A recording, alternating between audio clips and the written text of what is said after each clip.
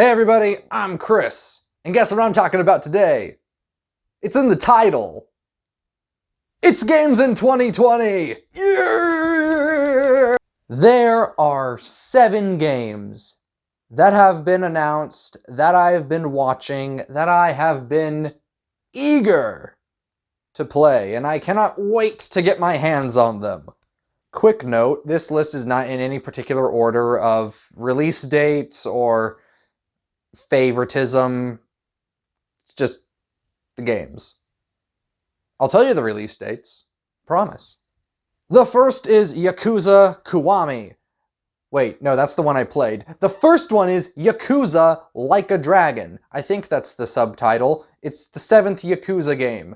And I'm pretty hype about it. Now, I've only played the Yakuza Kiwami, the remake of the first game, but I absolutely loved it. The characters were extreme and dramatic all at the same time. There was an amazing, over-the-top mix of shenanigans and Godfather-esque mafia-type intrigue.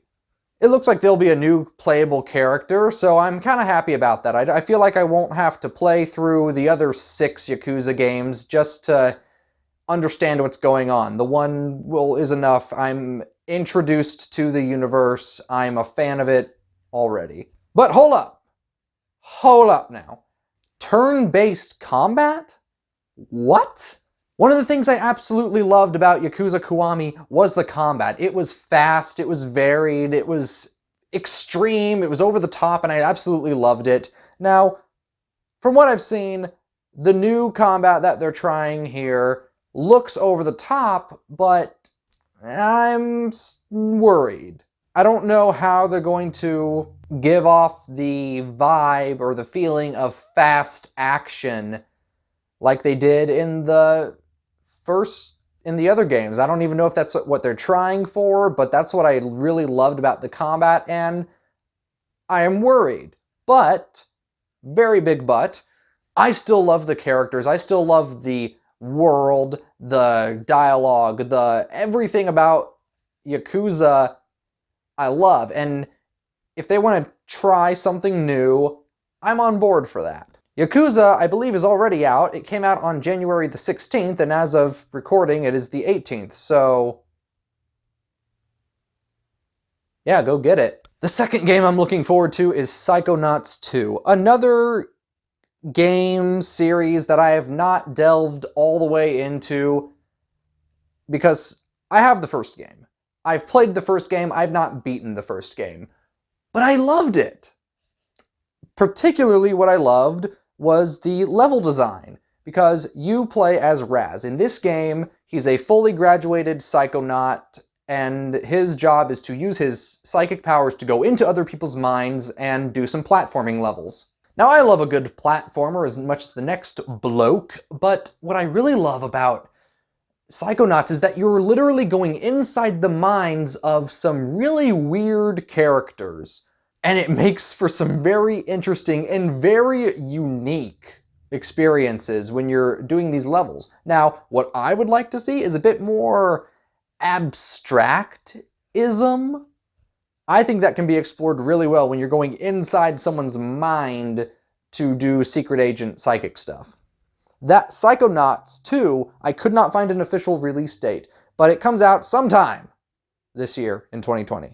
Now, I know I said I was not going to play favoritism here, and I know I said that this was not, I think I said that this was not like a numbered list of ranking, but all the same, I can safely say that Doom Eternal is one of the games that I am looking forward to most this year. You are Doom Guy, and no, I will not call him Doom Slayer because Doom Guy sounds so much cooler in my opinion. So you are the Doom Guy, running around killing demons, maybe angels, because the trailer footage saw you going around levels through hell, obviously. You'll also be going on Earth, that's cool, and some of those gameplay footages looked rather angelic, you could say.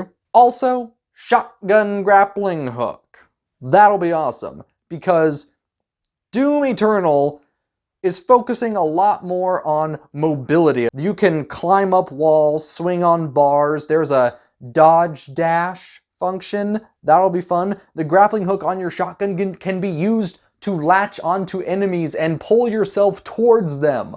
Speaking of enemies, I am really hype for the fact that enemies and guns are getting redesigns so that they look like the more classic Doom. The UI is updated in various ways. There's supposedly going to be twice as many different kinds of enemies as there was in the first Doom remake that came out in 2016, I believe. Also, there'll be some environmental puzzles, some relatively simple ones, but still, variety is the spice of life and all that. And there's a shoulder cannon that I believe will function as both a grenade launcher and a flamethrower. That's fun.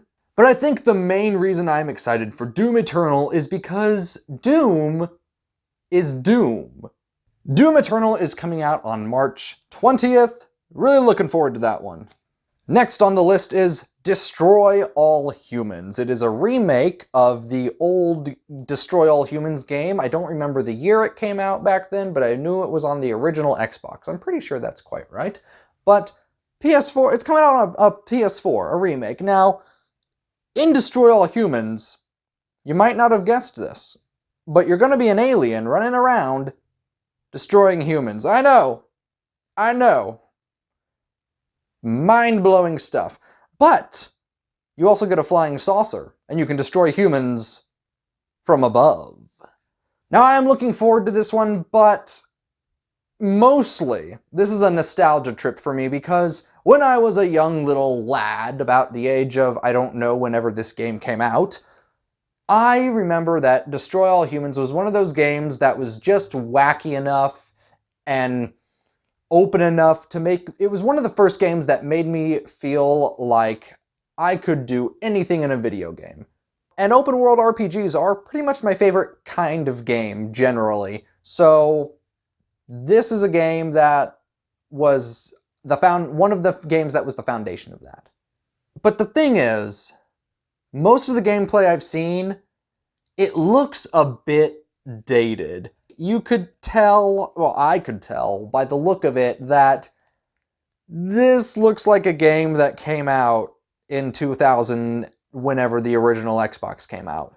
It just did not look like the game, like the mechanics of it have aged very well. I played a reboot, or a remake, or a re-something of Ratchet and Clank that came out on PS4 a while back. I never played a Ratchet and Clank game before this, but I'll tell you, I loved Ratchet and Clank. Now, I don't know how that compares to the other games per se, but I can tell you that I really enjoyed that taking of an old IP and old game mechanics and making them better for a modern game audience. And I just don't know if Destroy All Humans is going to be doing that very well, but we'll see. I'm looking forward to it all the same. It's going to come out sometime in the first or second quarter of the 2020 year, so I guess the first half of it?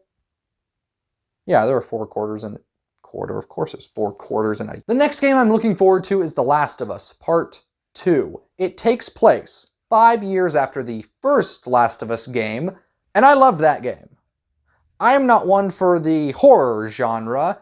I'm freaking playing the Star Wars Last Jedi, whatever. What was that? Hold on, let me... Where'd my... Right, Jedi Fallen Order. When I was playing Jedi Fallen Order, I go to Dathomir and I feel like I'm playing frickin' Resident Evil. So, I'm not a big horror fan guy, but I love The Last of Us. That was incredible. I am really looking forward to The Last of Us 2, because, wow, combat looks fun, fluid, and so very intense, and it looks like interacting with the environment comes very naturally to the flow of combat situations. You can see Ellie in some gameplay videos, she's like hiding under cars and shooting people's feet and everything. It looks really awesome and really well done. There's also crafting here, which I'm a fan of sometimes, but not always. But in The Last of Us, that world is just perfect for a crafting mechanic. And the crafting mechanic is great because you can craft weapons and items on the fly, like mid-combat. The Last of Us Part 2 is coming out on May 29th. Now this next one interests me greatly. It is called Dreams. It's not so much a game as it is a toolbox that lets you make your own games. Now, something like Mario Maker is very successful. Everyone seems to love it. But what if we took that game and took off the limitation of making it have to be a Mario game? That's what this kind of looks like to me. People have made some astounding things in the betas and pre-releases that have come out. People are making like Guitar Hero type things. There's some shooters, RPGs, there's all kinds of stuff. And some of the things that really interest me look like, well, they're less like games and more like some kind of high concept art that's taking the form of a video game. As a person who at one time wanted more than anything to be a video game developer, and someone who still harbors that sort of dream, I really am looking forward to this. It'll be a really singular experience that will be good. I'm really looking forward to it. You know, it makes me want to get VR. That's how good this looks to me. And it's coming out. Dreams is coming out on February the 14th. This is the big one, ladies and gentlemen. Probably, definitely, my most anticipated game of 2020 is, of course, it's Cyberpunk 2077. What are you, deaf? The Witcher 3 is one of my favorite games. I absolutely love it. In my eyes, it is flawless. So I have high hopes for pretty much anything that comes out of CD Projekt Red. Also, Keanu Reeves. Now I am really looking forward to seeing what CD Projekt Red has been calling a more vertical open world. You've got The Witcher and everything that's just sprawling landscapes of lots of stuff and lots of awesome, but take that, make it smaller but taller. That will be interesting. And to explore this city, you will have a car, you can have a motorcycle. There are a lot of different gangs and city districts. I believe there are 6 of them. Each one of them looks pretty unique and neat, and I want to go there. Wouldn't want to live there, because there's Cyberpunk. I mean, I've read books, you know, the Cyberpunk genre. That's never a happy place to live. Anyway, none of the districts are supposedly going to be locked by loading screens, so that's nice. In this city, there'll be a dynamic day and night cycle, and there'll be a photo mode, so you can take pictures of all the wonderful, pretty city lights. I love a good photo mode. Now, as far as actually playing the game, there is a fluid progression that's not locked into a class or anything. There are 3 main play styles that have been shown to people. That's a netrunner, which is a super hacker, a tech person for crafting and engineer type stuff, and then a solo, which is the muscle, the heavy hitter. You got weapons, combat, all that good stuff. There is also different origin stories, like you can be a city person, or you can be a gang person, or a corporate person, or an outlander, or space pirate, I don't know. They'll also have their own dialogue options that'll help you in the game, so that's nice. That's nice. One of the things I'm really looking forward to, and this is probably the reason why I will choose to play as more of a netrunner, is cyberspace, because I have read Neuromancer, and I love that book, and I want to go into the deep net. Everything made out of numbers and code. Wow, we're all computery. And you know what's also going to be awesome? The one thing that you can never forget about this game. Keanu Reeves, baby! And that's it, people. That's all she wrote. There are a lot of games that are going to be coming out in 2020, obviously, but these are the ones that have caught my eye, that I am watching eagerly. What are your games that you're looking forward to playing this year that have come out or are going to come out? Leave a comment. That'll be fun. You know what'll also be fun? Liking this video and subscribing to this channel to see more things in such... Liking this channel and subscribing to see more of my wonderful viewing content. Psychonauts, Doom, Destroy, Last, Yakuza, Cyber Dreams. Yep, that's it. Okay, bye.